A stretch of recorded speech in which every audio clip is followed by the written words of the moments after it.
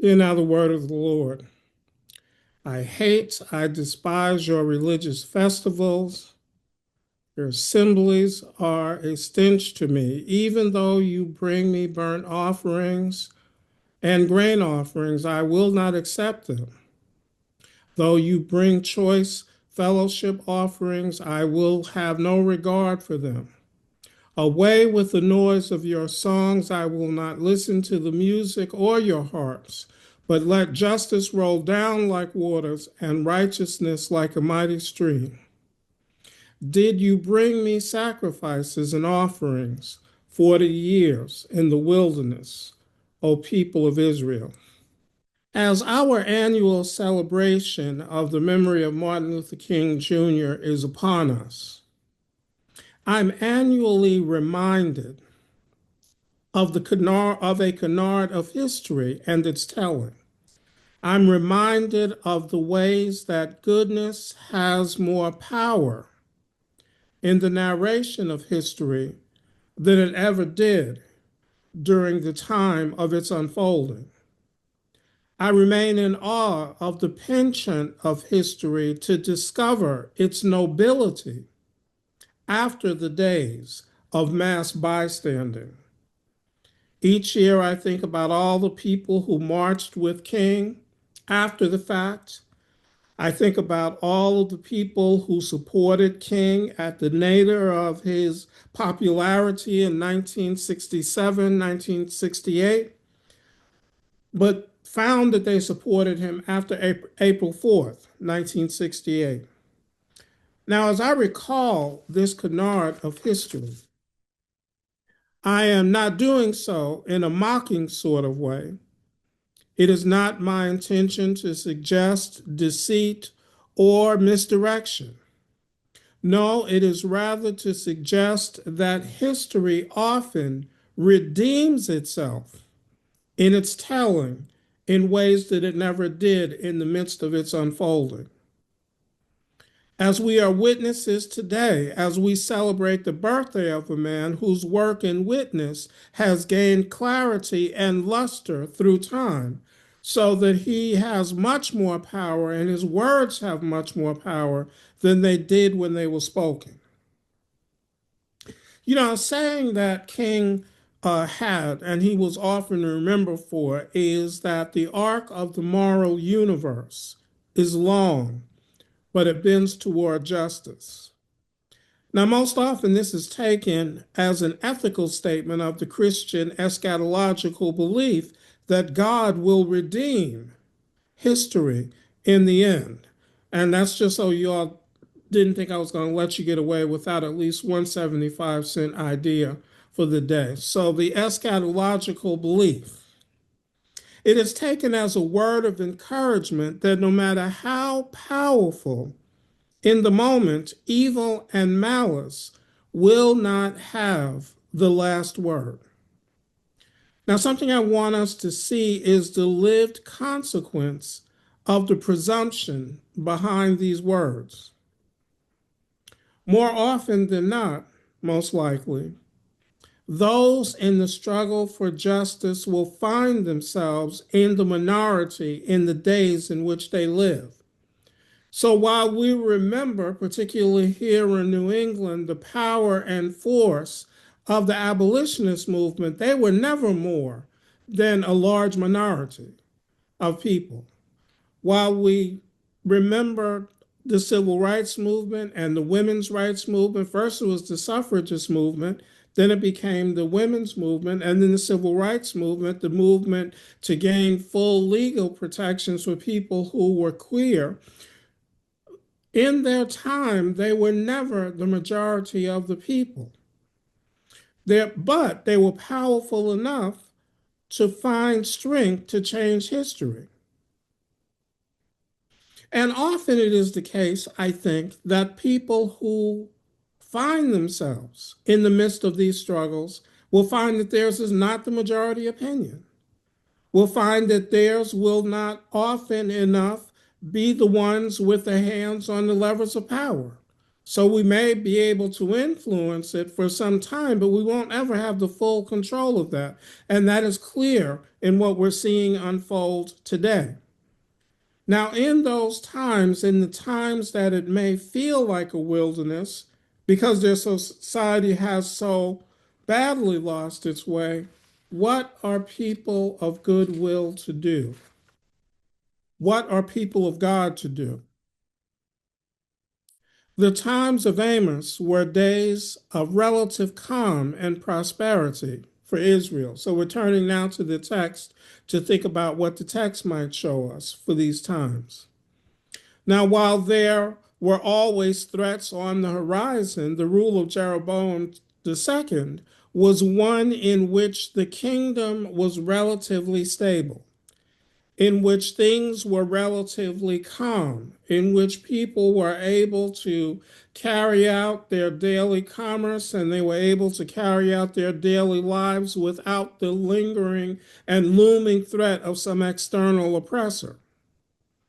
And as has been true throughout most of human history, this stability came at the expense of justice and at the cost of righteousness. Because another dimension of human history is that once societies become stabilized, people find the differences between themselves because they don't have an external enemy.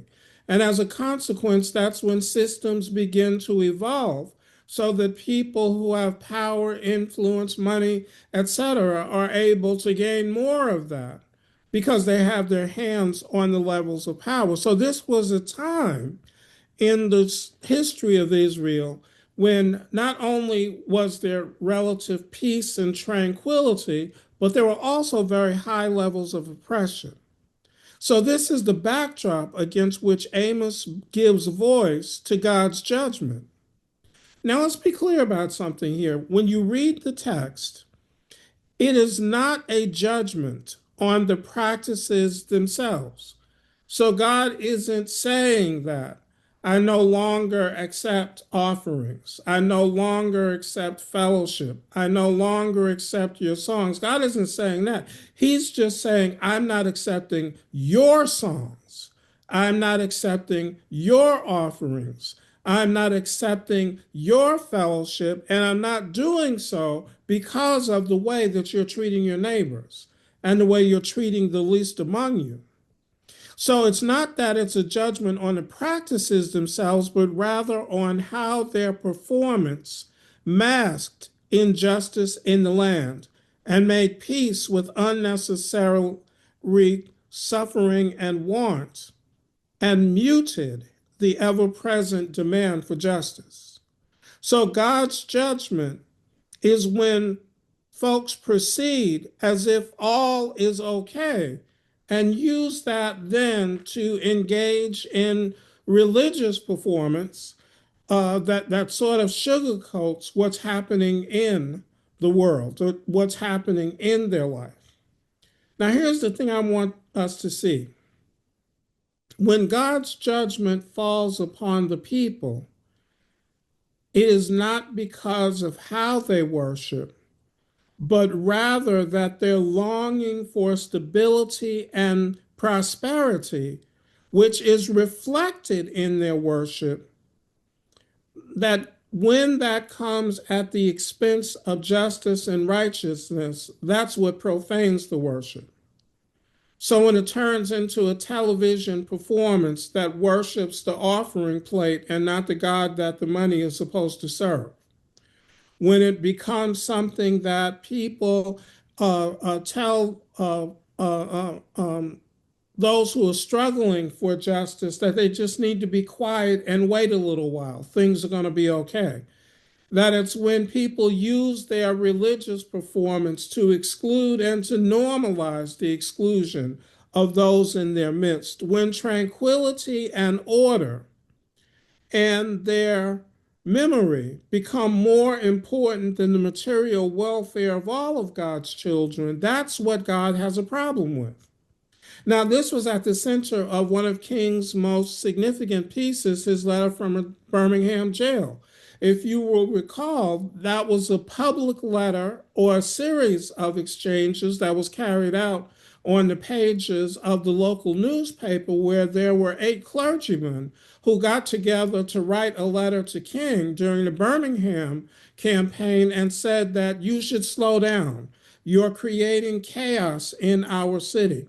You should step back and just wait, because we know that things will become better. And their demand to King was that he needed to stop the protests, that he needed to stop trying to change the voting laws, that he needed to stop trying to change the laws of public accommodation. And what King's point was that silence that masks injustice and tranquility that is purchased at the cost of righteousness is no justice at all. And one of the things that he pointed out that I think is very, very pertinent to us today is he recalled that the great Christian theologian, saint, and bishop Augustine once said that an unjust law is no law at all. Now, there's something else in our text today that I want us to notice, is that Amos raises the question of what do we do in those other times when we, the people of goodwill, find ourselves in the wilderness. What do we do in those times when it seems like evil and malice are raging and have their hands on every lever of power? What do we do? In these times, do we still worship God with strength and conviction? Do we worship God through our commitment to justice and righteousness? Or do we long for days gone by in which things seemed as if they were calmer, in which it seemed that we had more influence, in which it seemed that our numbers were larger? In these times of difficulty, do we call upon the Lord for even more strength in the struggle for justice, or do we sit back and long for a different time? And we have wistful memories of a different time. Now, that's an important question for those of us who find ourselves, at least at this moment, on the underside of history, seemingly losing the battle for human dignity.